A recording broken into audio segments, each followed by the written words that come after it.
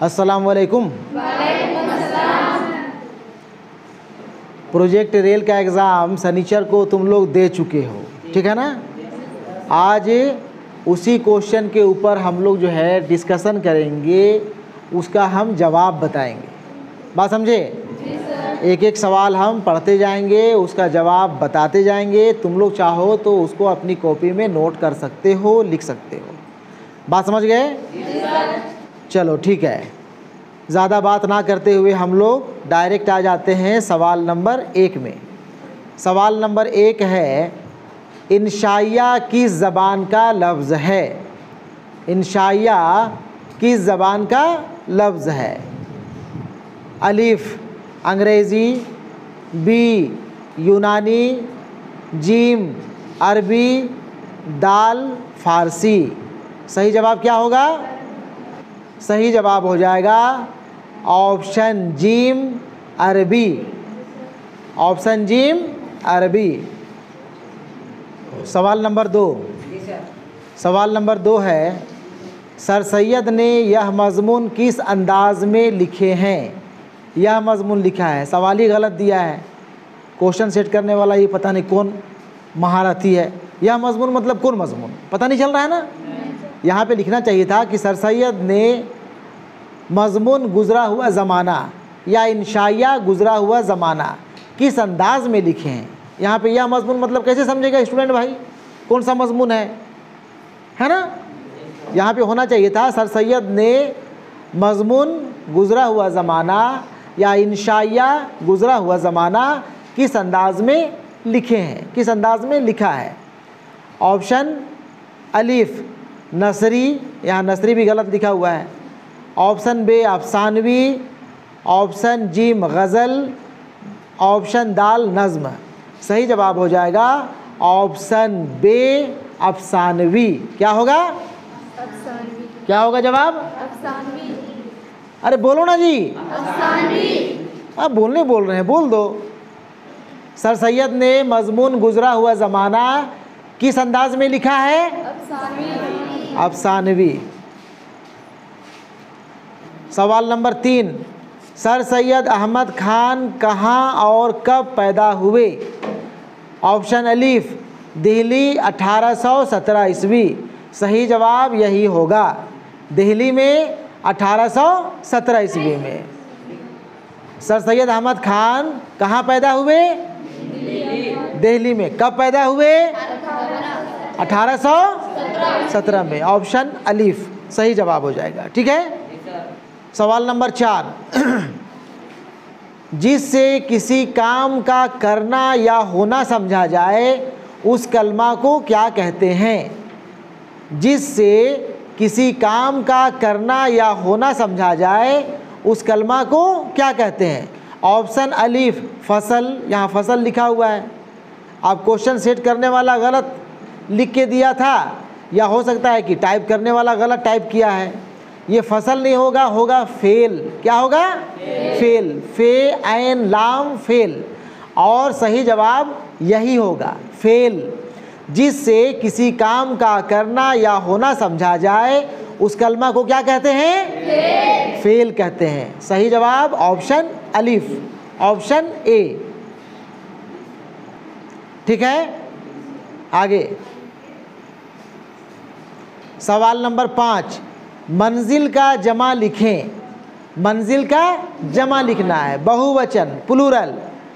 Option Alif मंजिला, option बे मनाजिल। सही जवाब ऑप्शन बे मनाजिल होगा। क्या होगा? मनाजिल। मनाजिल। मंजिल का जमा मनाजिल। मनाजिल।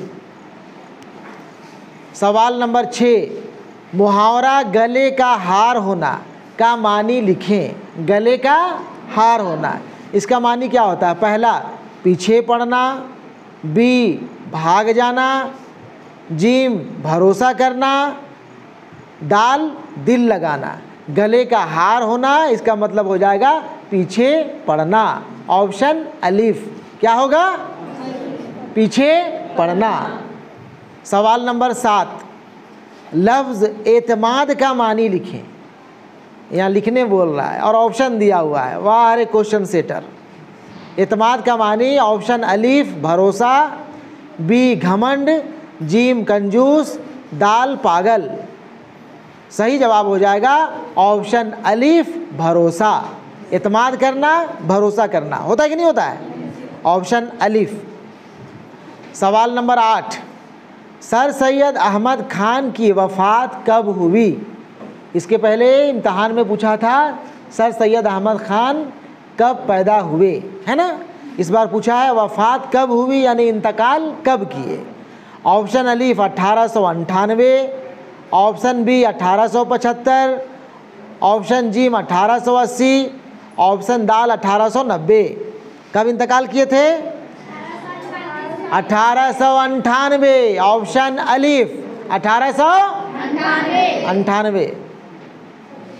सवाल नंबर 9, यहाँ भी लिखा है इसमें मुशर्रफा की कितनी किस्में हैं? हर जगह गलत टाइपिंग। इसमें मारफा की, मारफा, ठीक है ना? इसमें मारफा की कितनी किस्में हैं? किस्में भी गलत लिखा हुआ है। छोटी काफ से किस्में लिखा हुआ है, काफ से होता है ना? बड़ी काफ से। इस मारफा की कितनी किस्में हैं? ऑप्शन अलीफ 4, ब 5, जीम 6, दाल 7।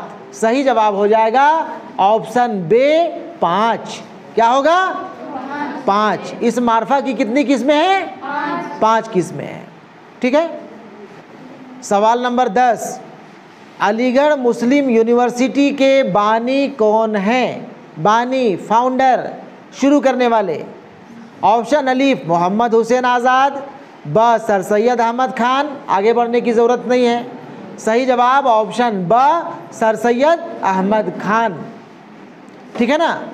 ये 10 सवाल हो गए ऑब्जेक्टिव सवाल। अब तुम लोग सब्जेक्टिव सवाल सुनो और उसका जवाब भी हम तुम लोग को समझा दे रहे हैं।